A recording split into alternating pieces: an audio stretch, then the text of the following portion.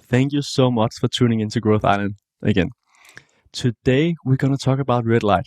So anyone that's been following me on Instagram will definitely have seen a lot of my videos. Red light is one of those biohacks, or whatever you call it, that just feels amazing.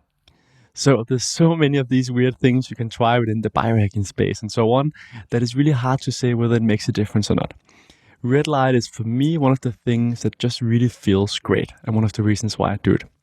But there is also a fair bit of science behind it, and I've received a ton of questions about, like, what is this red light? Why are you sitting with this weird lamp? It looked like something from Red Light District when we look up into your apartment. So today I found an expert on this field. It's Sarah Turner. She has 2 bachelors, one in the psychological science and biology, another bachelor degree in natural medicine.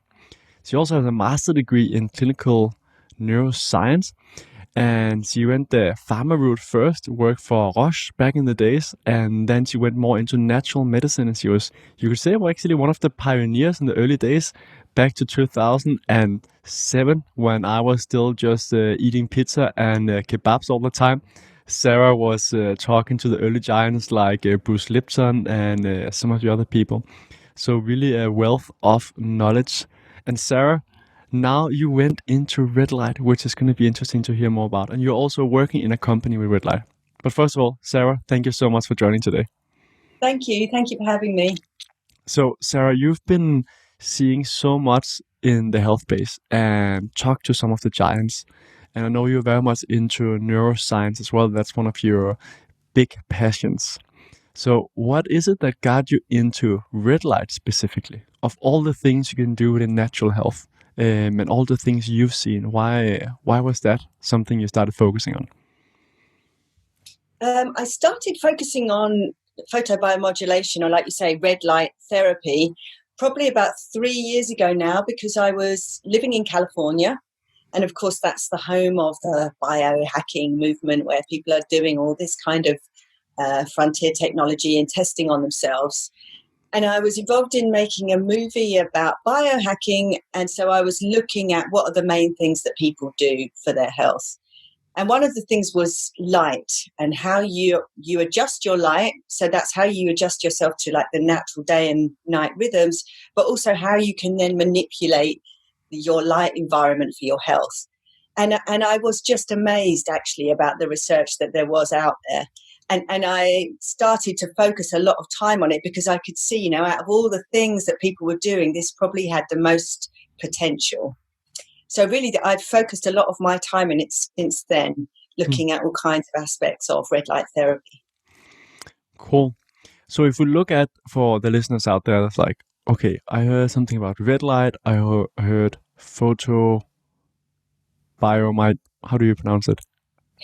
Photobiomodulation. Exactly. And they're like, what the hell is that?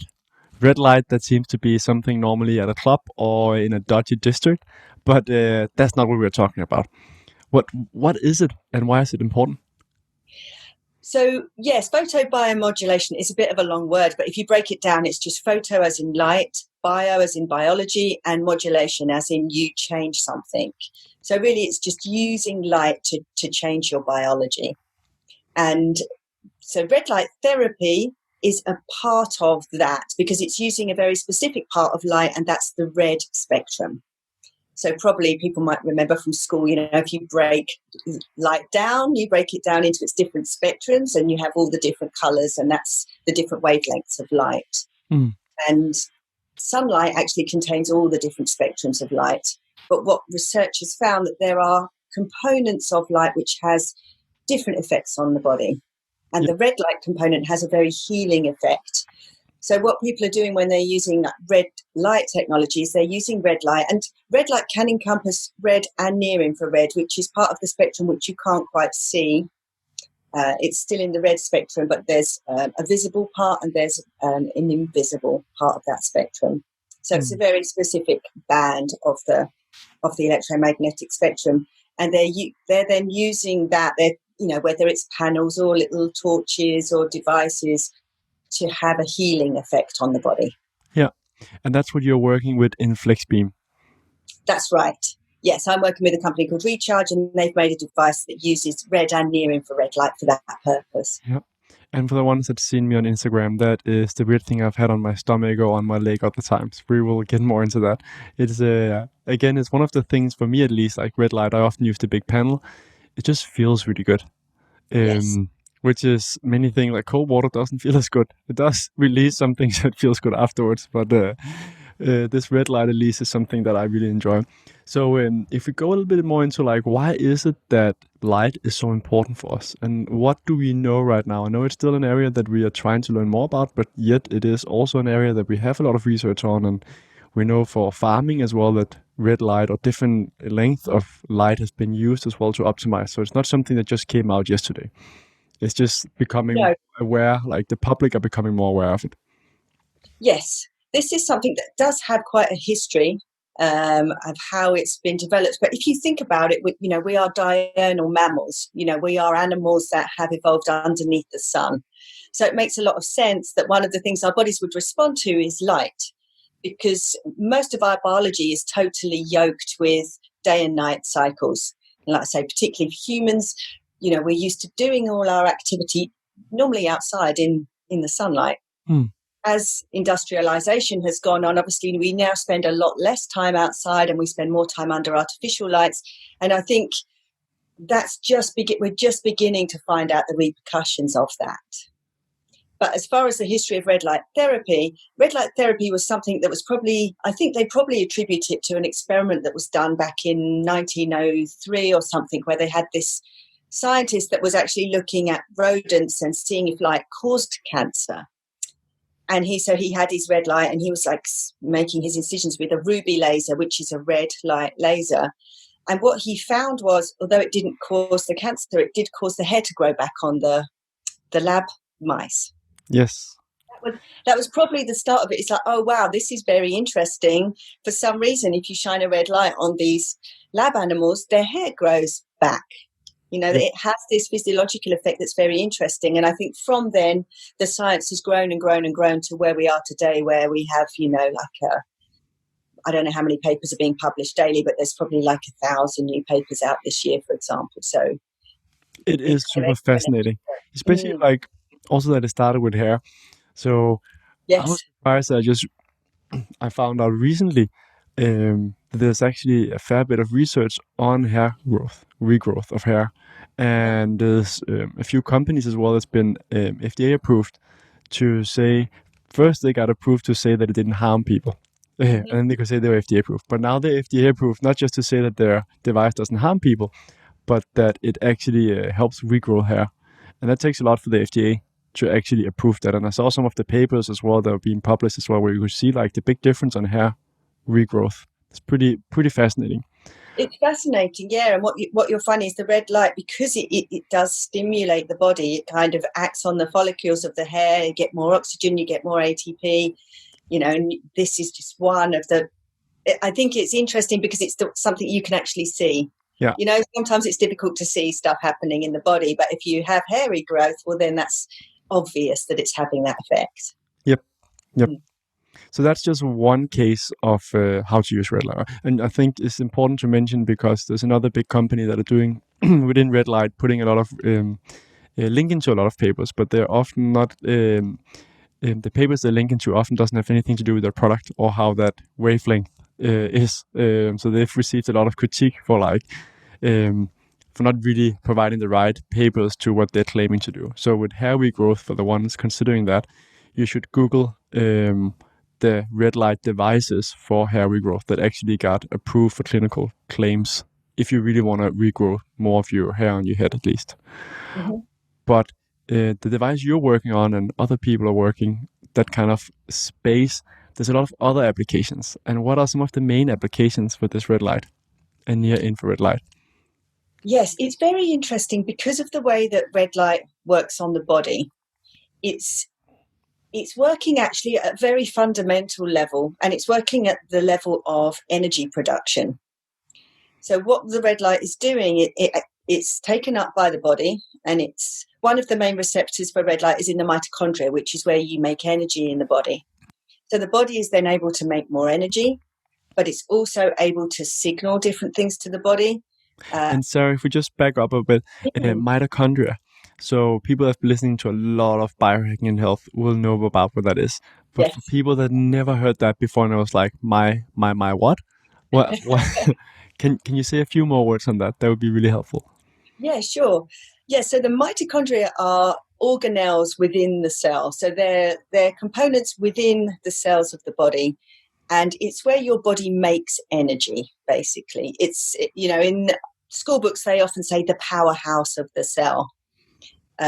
So it's where your body produces energy. Actually, mitochondria have more functions than that, but that's the main function. And it's really what we're talking about when we're talking about how red light has its effect.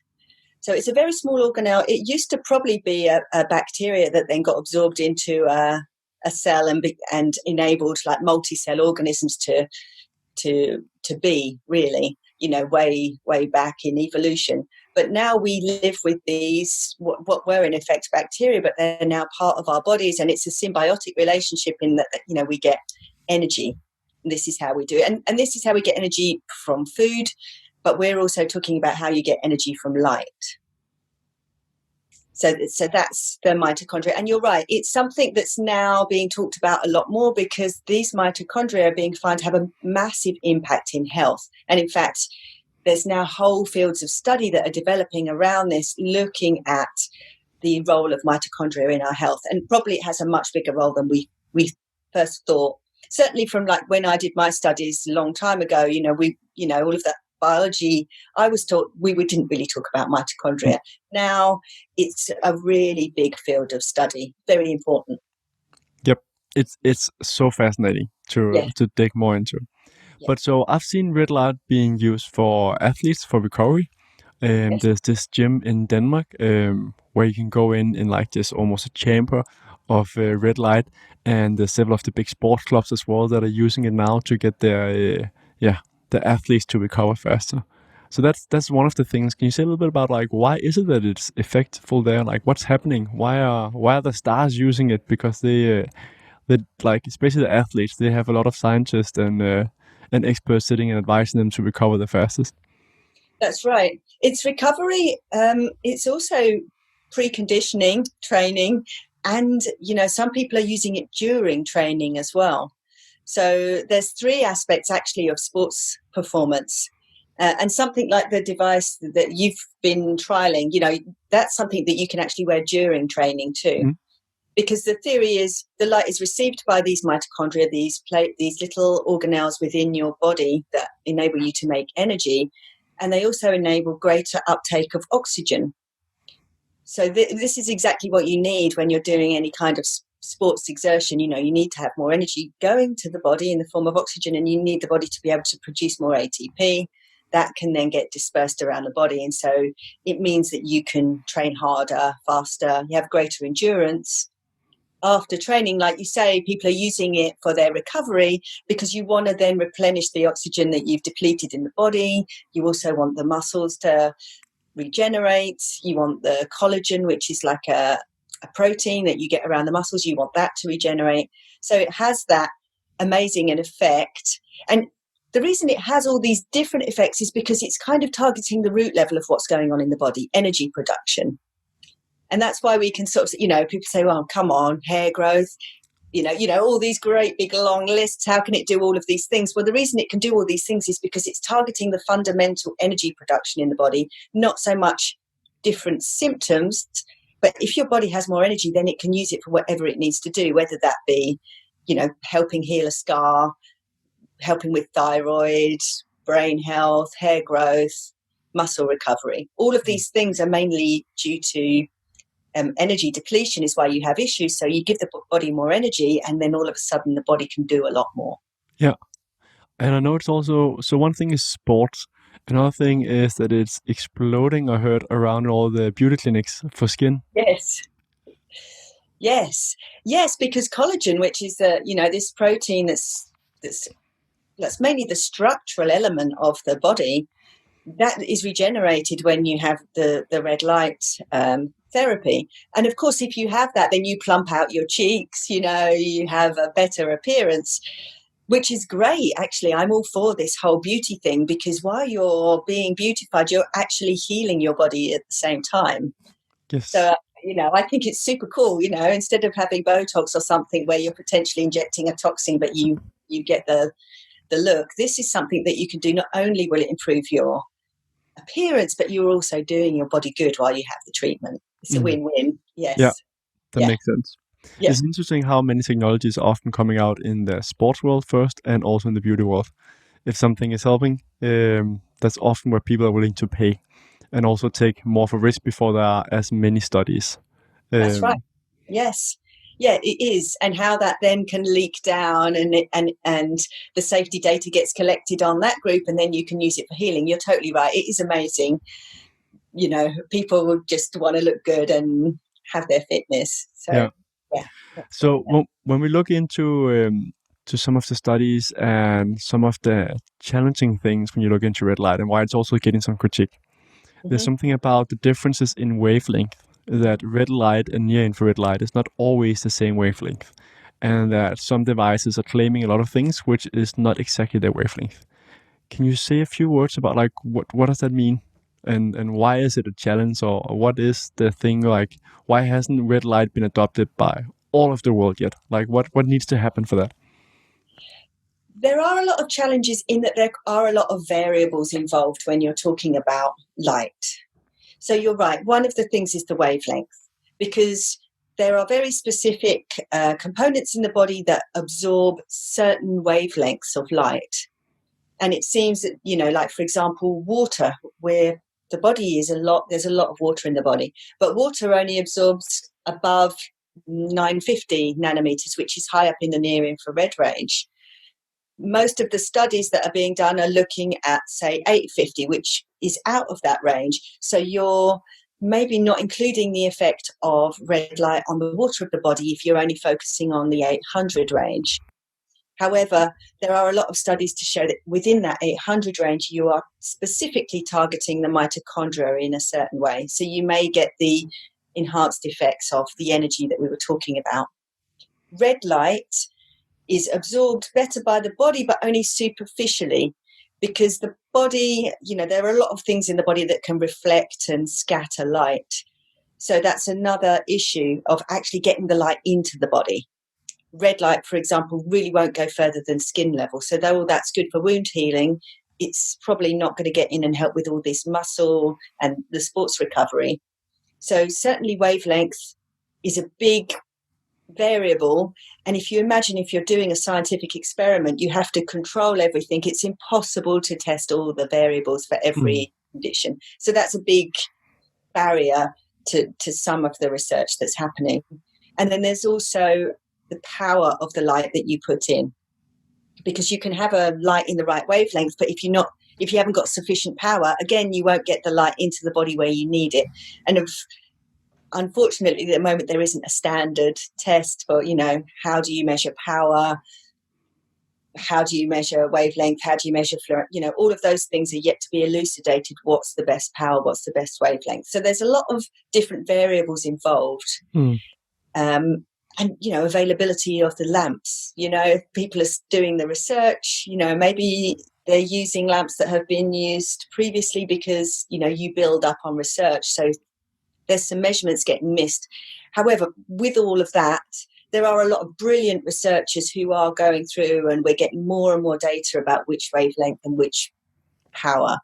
But I think when it comes to a commercial product, you're right, there is an issue there of people making comparisons between some of this brilliant data and their product, which may be underpowered, not the right wavelength, not the right light source.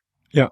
So I think from a consumer point of view, when you're looking at this, you need to be aware of that and make sure that, like you say, that you're using a device that the FDA have approved and at least has some kind of medical classification if you're looking to do that, or it has some data on the sports side if you're looking to do that, and it's fairly high power. So there are ways that you can gauge that. If you're buying a lamp from Amazon that's, it's very cheap and it's kind of this, it's probably not going to be a high enough power lamp, honestly, to do what you want. Yeah. So you do have to buy something that's from a reputable company that you can look at the power outputs, you can look at the wavelengths and make a good judgment. Yeah. What's the way that someone can test it themselves if they get some kind of red light to test to figure out is this wavelength what it says it is? And yeah, how do you do that test? It's not something you can do at home, really. You need to have the kit to do that. Yeah. What kind of kit? So someone that's being extremely nerdy, that's like extremely nerdy. A calorimeter. I mean, you can get calorimeters. You can have integrating spheres. You know, there are different very, very nerdy techniques you can use, but usually those things are carried out at a laboratory. But if you're buying a product that normally, you know, the company has to disclose what lamps they're using, and then if you go to you can then see, okay, where was that? What's their tolerance? How have they been tested? Okay. So I think from a nerdy point of view, it's just going back to the source. Yeah. And seeing. But yeah, the testing part is actually, you know, normally it's done in physics labs or in the... Yeah. But how does that work when it's being produced at a factory? Is it then afterwards a check on all the devices, or is it like these lamps are being produced in this and this way? These lamps have been cleared to be this and this quality, so we don't do extra tests afterwards? Or how is that being done? Usually the LEDs or the lasers have the suppliers of those have to supply certificates to show that they've all been tested and that they're all within a certain range. And I know you can also narrow that range. You know, some of the manufacturers will let you pick, okay, because there's a tolerance on these lights, you know, normally it can go from 810 to 850, for example, but you can then get ones that are a tighter and tighter tolerance within those companies. Yeah. And then afterwards, the manufacturer of the device, once it's all put together, will usually measure that using the kit that they either have in their lab, or they send it off to an independent lab that will do that testing. Then you get a certificate to say, yes, this is the output of those devices. Yeah. Makes a lot of sense. A question that I received a few times, I have a close biohacking group, Slack group, and also see it in the Danish biohacker group, was that someone put up a panel that were made for, I think it was pigs or something else, at least for farming. And they were like, why can't I just use this super cheap device that is made for farming if it's like red light? So the reason why that doesn't work is what we're going back to, like, it depends on the wavelength. It might be different, the wavelength for a pig or a cow or livestock. And it might also vary in regards to the power and the quality of those light, right? Yes, and you can get something called medical grade LEDs, because some LEDs may emit gases, or they may emit heavy metals if they're just for industrial use, for example. Also, it depends on the non-native EMF emissions that you're getting too. That if you are very geeky like me, you can walk around with an RF meter and test that yourself. Yes. I've just got one. It's from Cornet. It's a very simple one. It has a traffic light system, and you can hold it up to a telly on your computer, and it's shocking. You know, you can see how much emissions you're getting. But if you've got a panel and you're trying to heal and you're standing naked in front of it, you don't want something with a lot of EMF. Yeah, no. So they're the things I would say for those industrial panels that you want to check. One, is it a medical grade LED, and is it sealed in, because you don't want to have any emissions from the light source itself? And two, what's the EMF emissions from it, because you don't want to do yourself harm while you're doing yourself good. And the other thing is, what is the actual output? And maybe if it is for farming, they might give you the output, and maybe it is high enough. I don't know. But you want something that gives you around about, 20 to 70 joules per centimetre squared of a dose, so that you're actually getting a dose of light, because otherwise you're just standing in front of a pretty light and potentially frying yourself with the... So yes, there are things to look out for. It's not as easy. It may be this particular pig panel is cool, I don't know, but they're the things you'd have to check first. Makes sense. Yeah. Another question that I received several times is like, so what's the difference on this and the sunbeds that we were being warned that gave us a beautiful tan, but actually giving us cancer as well? And there is a big difference. Could you speak to that? Well, the tanning beds were UV light, weren't they? They were ultraviolet, which is totally down the other end of the spectrum. And yes, ultraviolet light has a totally different effect on the body. And it has been linked with some forms of cancer. And I think that depends on how you're using these things, because the body does utilize UV light, and you do need UV light. And this is the really interesting thing about circadian biology and trying to do things in tune with nature, is if you see sunrise, that's a red light, you have predominantly red light at sunrise, it actually preconditions your body to UV light so that you can deal with UV light. So that when you have the UV light around about midday, your body actually uses that red light differently if you've already seen red light at the start of the day. And it actually has been shown that that kind of effect that you get where people, it's linked to cancer, that goes away if you've had red light beforehand. So yes, UV light can be dangerous, and it's used for killing bugs, and because it is a different kind of light. But yeah, the UV tanning beds are totally different in that it's way down the other end of the spectrum. Yeah. Even though it looks, for the human eye, it looks kind of like reddish, warm, it is a very different length. I think that's important to stress out, because someone that I talked to was like, well, it doesn't look that different from your red light. It's like, it is fairly purple, different. doesn't it? Yeah, they look purple because we are on this spectrum that you have it. It's much shorter wavelengths, and shorter wavelengths have a different effect. They can kind of penetrate in, and if you get too far down that end, you're going towards ionizing radiation, which is very damaging to the body. Yeah.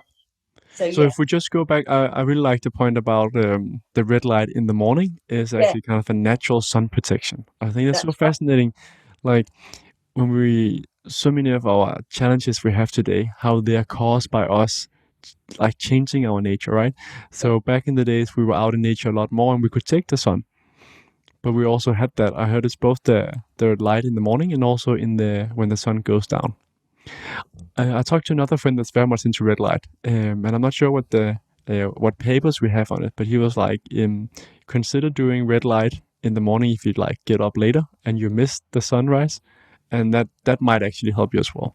Do we have there been any papers on that will help you as well in regards to a sunburn, or is that more from a hypothesis point of view that we see that this kind of red light protects you when you go out in the sun, so thereby also using red light, then that might as well protect you for the sun a little bit later? There is a paper that was published fairly recently on that. I don't have the title in my mind right now, but I can get it. But yes, there is a paper that shows that red light has a protective effect against UV burning from the sun.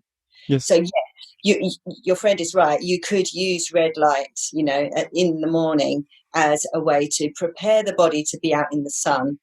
I mean, I think actually the best thing you could do is to do both and try as much as possible to get up with sunrise. If you can see, I know it's difficult for us in the north, that we're so far north that you're up at like 5 a.m. or something. But I've trained myself to do it to a certain extent.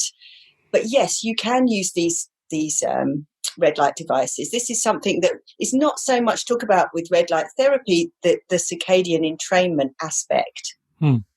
But you need to not look at anything else before. So you can't like get up and look at your phone and then do the red light and get the same effect. As soon as you've seen that blue light from your phone, your body's already gone on to the next thing. So if you do it, you need to have totally black bedroom and then just see the red light or just see the sunlight. Then you have that entrainment, that preconditioning effect. Okay. Yeah, so no looking at your phone before. What about a normal lamp? Does that also kind of reset the effect?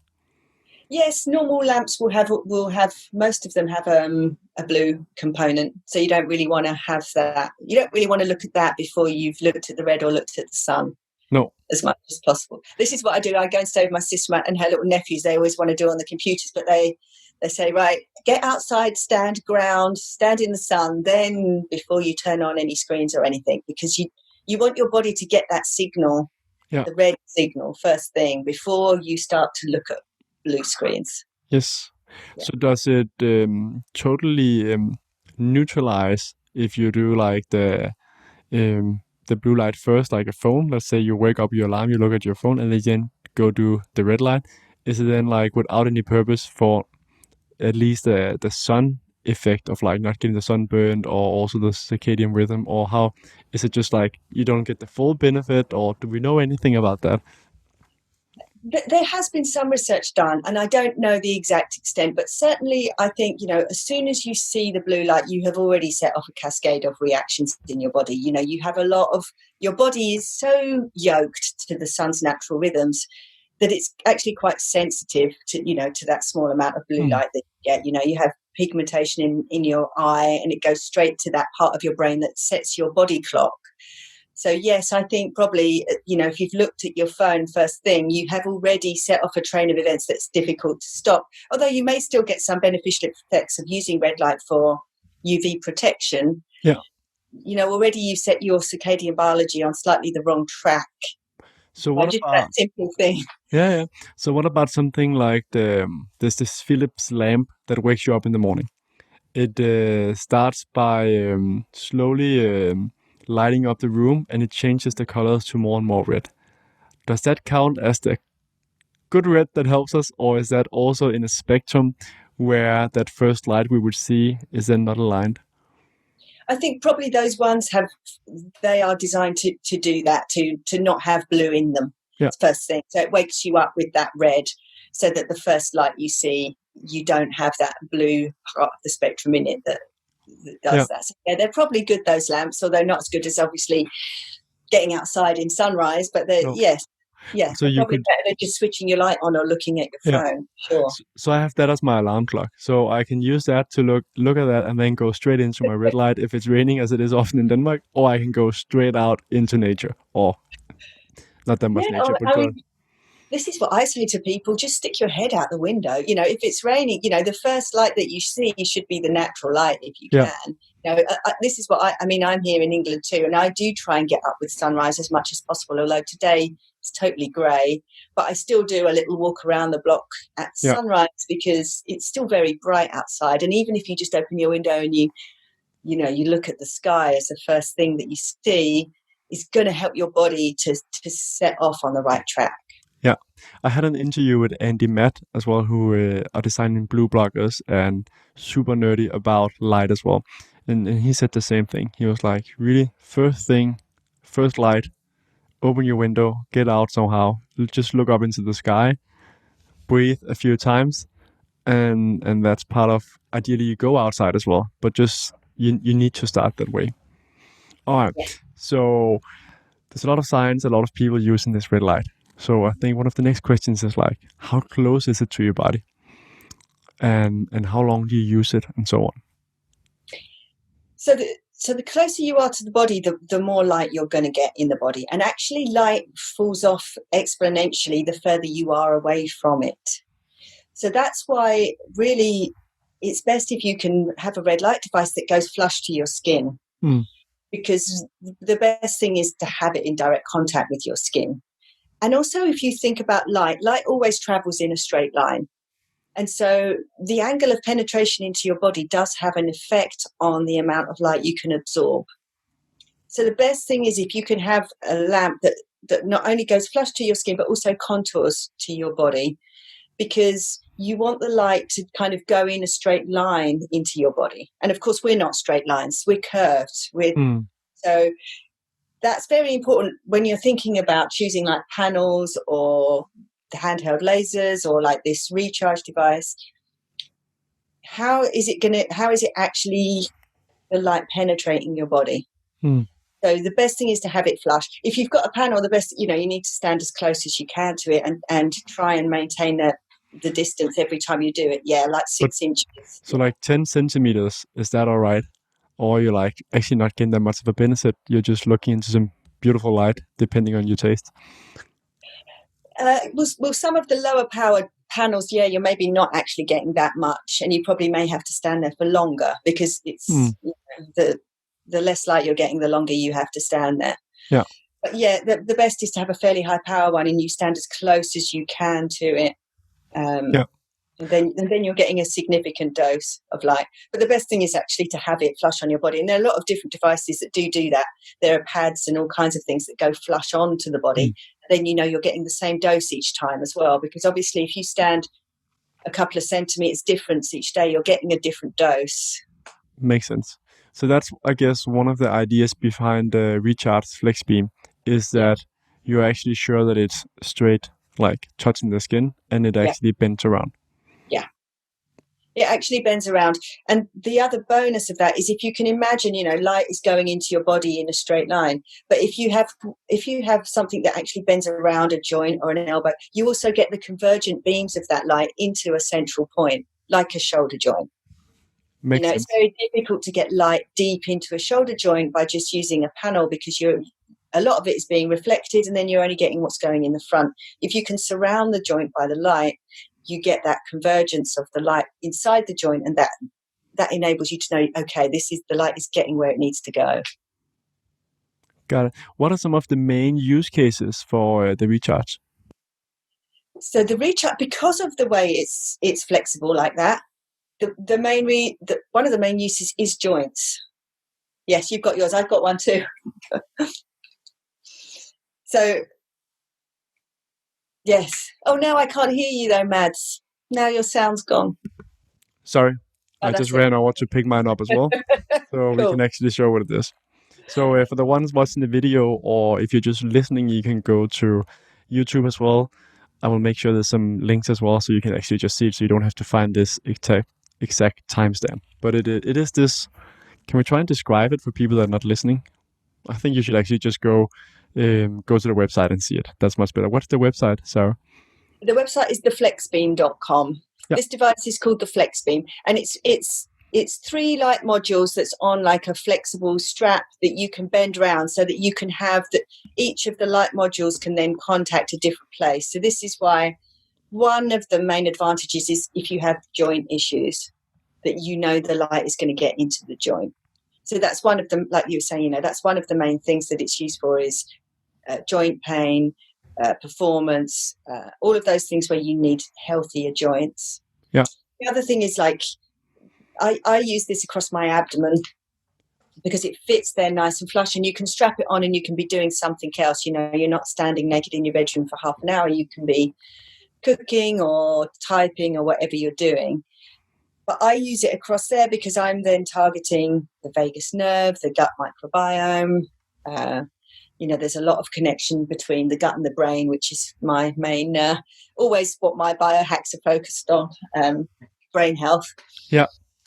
Let's get to the brain health in a few minutes, because I have psoriasis, and you recommended as well that I used it on my abdomen and then directly down on my leg where I have the problems. Can you say a few words about why that would be a good idea?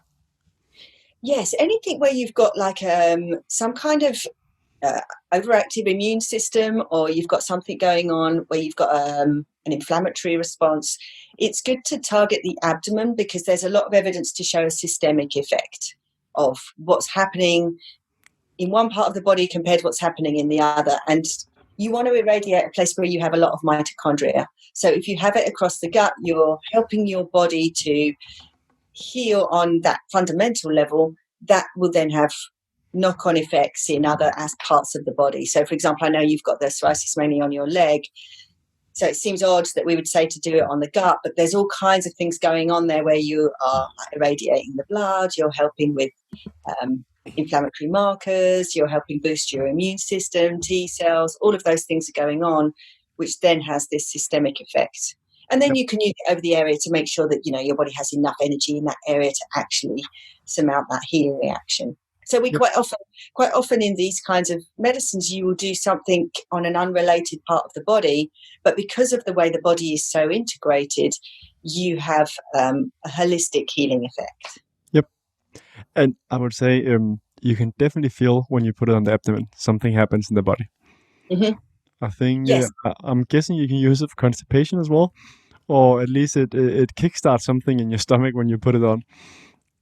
Yes, a lot of people have been using it for IBS and things like that, because you're right. It kind of it's almost like reminding the body, okay, putting some energy in there, get things going. You're right. Yep. Yeah, fascinating. So, one of your really big passions is the brain, and how red light can also do something there. What? Or not red light, photobiomodulation. That's right. What's happening in that space, and why is that so fascinating? Well, it's a very, very fascinating area, because right now we really don't have alternative treatments for neurodegeneration or brain disorders or mood disorders or anxiety, PTSD, concussion. All of those things actually, we don't really have a lot to offer people who are suffering from those things. Red light is being tried off, like you say, photobiomodulation, because it's not just red light. People are doing all kinds of different things. I saw a fabulous study the other day on green light for migraine, for example. But a lot of stuff is going on with red light for things like neurodegeneration. And as I was actually involved in a study the year before last at Quiet Mind Foundation, which is Dr. Marvin Berman, and he's doing a lot of research into Alzheimer's and Parkinson's disease. And they were using near-infrared light and getting some great results in a trial. But the other interesting thing is, if you look at the mouse models, you don't have to actually shine it on the brain to have an effect on the brain. That they're now showing that you have this systemic effect, maybe through the irradiation of the blood, maybe increased blood flow, maybe you're actually getting production of neurotransmitters. There's a lot of speculation at the moment, but for whatever reason, by shining light on the gut, you have this enhanced effect on the brain, certainly in mouse models. Yep. So that's just amazing to me, and people are starting to see these incredible effects. And there are companies that currently have transcranial devices, like devices that go on your head, that are getting some good effects on concussion, for example. Yeah. Yes, concussive injuries in footballers, which is turning out to be a horrendous thing that we're really only becoming aware of now as these, hardcore footballers get older and they get these terrible neurodegenerative diseases. Maybe there's things that can be done before they even get that damage from the concussion using red light. So, yeah. Cool. It is interesting. I think something actually we forgot to talk about, that if people haven't used red light, how long do you use it for? Someone might be like, oh no, I have to spend like hours sitting in front of a lamp. So, or walking around with this flex beam. I think that's a pretty important point, that it's not that long. Like the flex beam is like 10 minutes on each point. But can you say a few more words on that? It depends again on the variables, like we said before. It depends on the dose. So if you have a panel that's fairly low dose, then you have to adjust the time that you're in front of it. The flex beam that you've been trying, that's a 10-minute a day. Really, I just do 10 minutes a day. If you're trying to work on some specific thing, like you're working on that patch on your leg, then 20 minutes a day is enough. And you're right, you don't have to sit there and do it. You can be doing other things. I spoke to a lovely lady yesterday, and she hadn't been able to run for a couple of years because she had some injury on her thigh. She's been doing the flex beam, and she's just been doing 10 minutes a day just while she watches telly, and she's now back running again. So it's really not that much of a commitment for what, the potential there is there. Yeah. And is there anything such as too much? So someone might be listening like, yeah, I'm going to go all in. I'm a CrossFitter. I'm no pain, no gain, red light all day long. Yes, you're right. Yeah, that's right. And some people are totally gung-ho. Yeah, there is something called the biphasic dose response. And that just simply means, you can have too much of a good thing. You get to a point where it, doing more becomes counterproductive. But it's like the same principle as exercise, If you have a good exercise session, that's cool. But if you're running to your maximum all day long, you're going to wear yourself out. So the biphasic dose response, really what it's saying is you don't need to do a lot of these things. So like 10, 20 minutes up to 30 minutes a day is enough to have the effect. If you're doing it for hours, you're overdoing it, and you're probably negating the effect that you're having. Got it. So it'll probably stay at least under an hour, and probably like in half an hour dose, not much more than that. If you had to say like a general rule of thumb. Generally you don't need more than half an hour, like half an hour to 40 minutes upper limit a day. Yeah. Cool.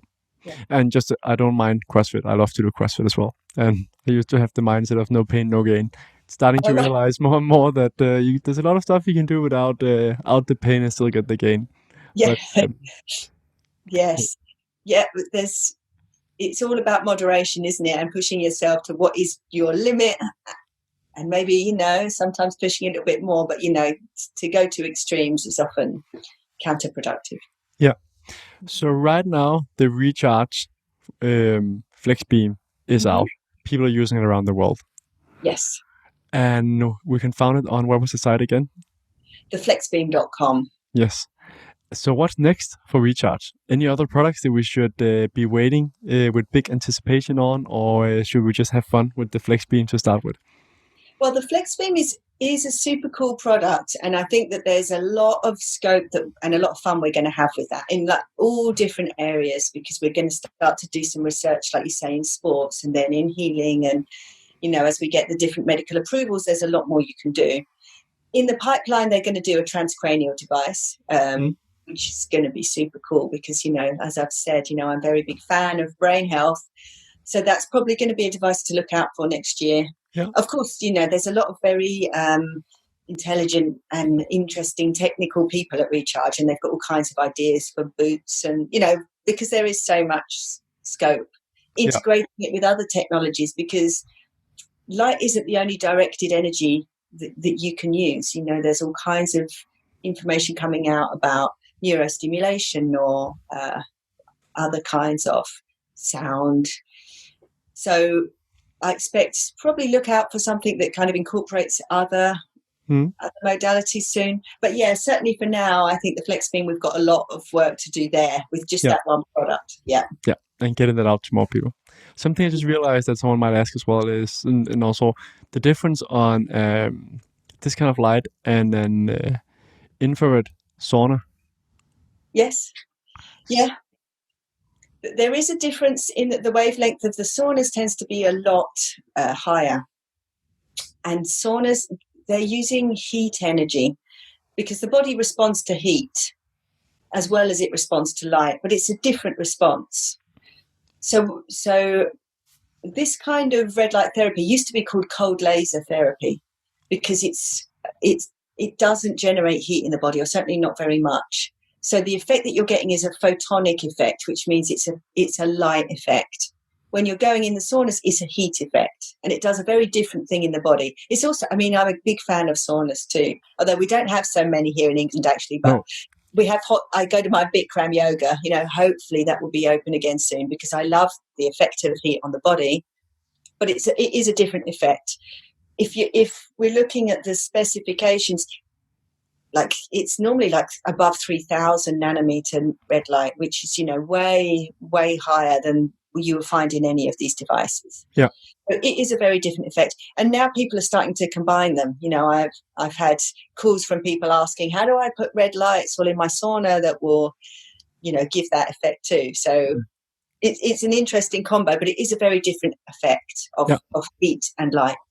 Makes sense. So Sarah, another thing, what are some of your habits apart from using red light? So you've been in the health space for so long, and you've seen so many fads come and go. What has been working for you throughout the years, or what's working for you right now? Well, right now, I've kind of gone very low tech now, because I was in California and I was doing all the crazy things. I was on these Vaspa machines, I was doing compression, I was doing the whole thing. Right now, I'm kind of, for a short time, I find myself back in the UK. So I do I get up with sunrise, which means I'm up early and I'm walking around and grounding.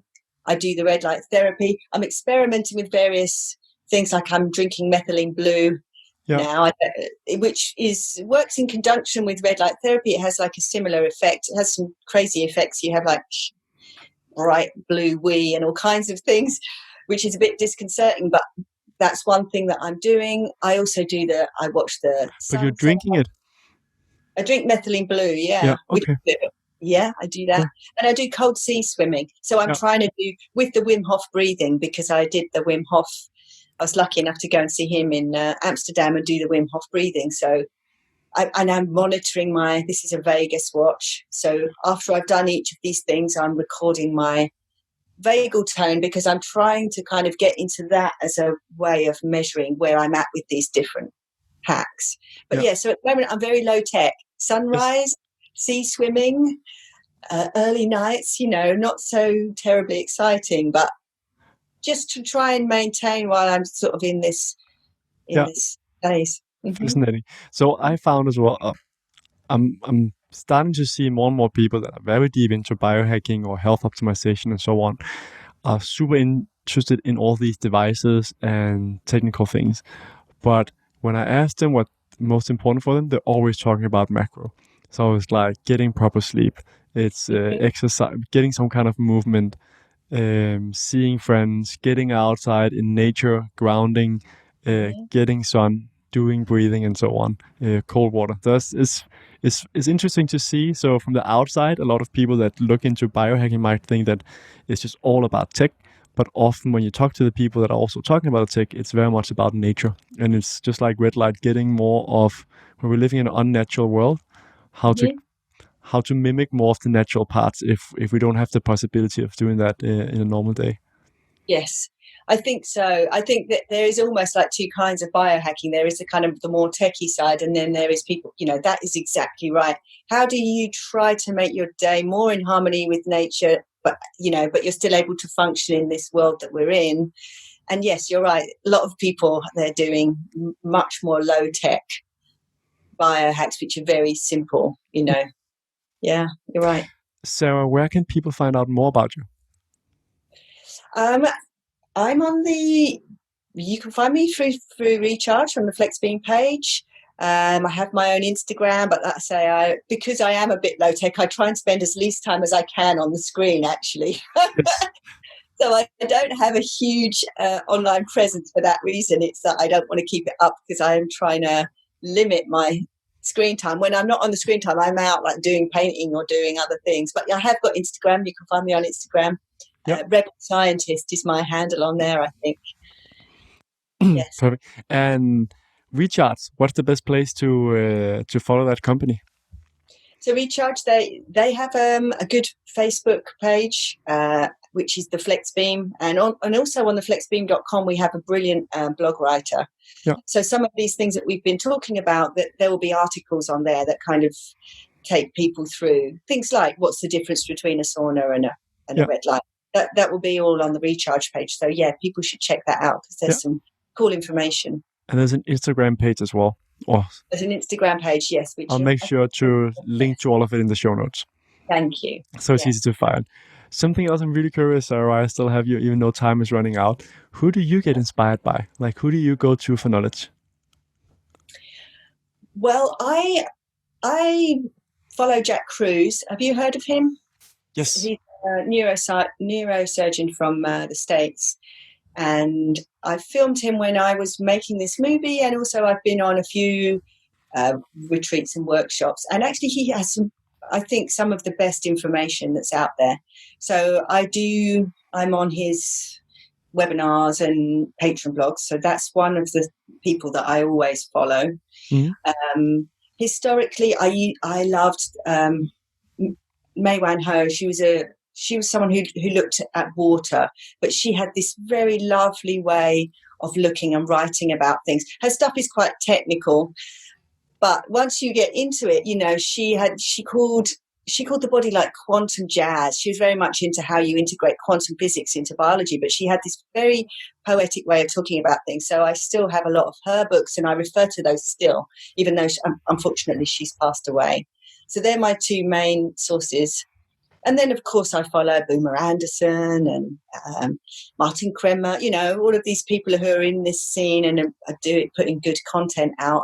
I keep up with all the biohacking. The guys in Finland put out some brilliant stuff, the Timu and Ollie. I had Ollie on as well. I did not pronounce his name that well, but at least the first name I pronounced properly. We had a good session on deep sleep. He's a fantastic guy. They're all of them. When they do, I'm really looking forward. I'm really hoping that the event goes ahead in Helsinki, because I've been several times, and they're always brilliant. And if you talk about their focus is very much on nature, and how you can integrate in nature. And they've got all this fabulous. They always do these fabulous dinners where everything is foraged, and they teach you, about nutrients from the point of view of, how you're getting things from source and wild versus cultivated. Very interesting group of people. Yeah. So they're some of my favorites, and they have a fabulous book, the Biohackers Handbook, which is really brilliant. Yes, I really like that book as well. Yeah.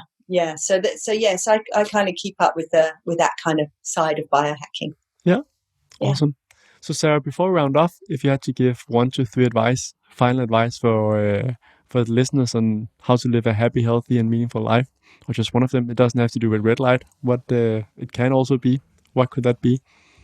Well, my advice would genuinely be to pay attention to your light environment as one of the main aspects of your life, because I think it is something that's easily looked at. It's easier to look at your diet and look at the scales and look at your weight and those things and your exercise, but look at your light environment. Do the things we said. Just in the morning, just stick your head out the window if you're having trouble getting up with the sunrise. But if you can get up with the sunrise, ground, see how much you're using your tech, limit it, use blue filters. If you're exercising, try and exercise outside a bit, try not to be always under artificial lights. Just pay attention to your light environment and use things like red light to supplement that sun, integrate these things into your life. But yeah, I think my main tip would be, how is your light environment and how can you clean that up a little bit? Yeah. Perfect. Sarah, thank you so much for taking the time and enlightening me and the listeners on red light, infrared light, slow. How do you say it again? Infrared. Yes, near infrared and red. Yes. Photobiomodulation. That's right. Yes. So thank you so much, Sarah. Pleasure. Thank you very